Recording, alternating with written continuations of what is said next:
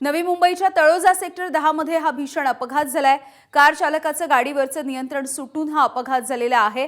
8 ते 10 जणांना या कारनं उडवलेलं आहे, ज्यामध्ये 2 जणांचा मृत्यू झालाय तर 8 जण हे जखमी झालेले आहेत। अपघाताच्या नंतर कार चालक ही गाडी सोडून फरार झालाय। जखमींना तातडीनं खासगी रुग्णालयामध्ये दाखल करण्यात आलं। विनायक पाटील आमचे प्रतिनिधी आपल्याला या भीषण अपघाताविषयीची माहिती देतात। विनायक, नक्कीच आपण पाहतो की हे व्हिडिओमध्ये समोर आलंय किती भीषण हा अपघात झालेला आहे। रस्त्यावरती जे पादचारी चालत होते त्यांच्यावरती बेधडकपणे एका तरुणाने आहे ती कार घातलेली आहे।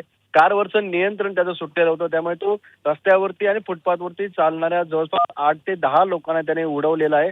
आणि याच्यामध्ये रस्त्यावरती 2 आहेत ते ऑन द स्पॉट या ठिकाणी दोघांचा मयत झालेला आहे, तर 7 ते 8 लोक आहेत ते गंभीर जखमी झाले असून त्यांना आता रुग्णालयामध्ये हलवण्यात आलेलं आहे।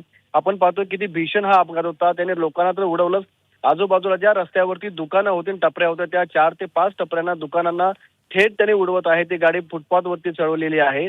त्यामुळे हा संपूर्ण प्रकार घडल्यानंतर जो संबंधित तरुण होता तो गाडी सोडून पसार झालेला आहे, पळून गेलेला आहे। त्यामुळे ही ड्रिंक अँड ड्राईव्हची केस आहे की काय या संदर्भात आता पोलिसांच्या माध्यमातून तपास केला जात आहे। त्यामुळे आपण पाहतो की तळोजा सेक्टर 10 मधील हा अपघात आहे आणि 2 या ठिकाणी मयत झाले असून 8 लोक आहेत ते गंभीर जखमी झालेले आहेत।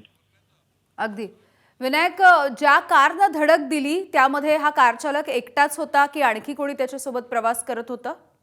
सध्या कार चालक हा एकटाच असल्याचं सांगितलं जात आहे, कारण जेव्हा हा अपघात घडला तेव्हा त्यांनी गाडी सोडून तिथून त्यांनी पळ काढलेला आहे आणि हा एकटाच गाडीमध्ये होता।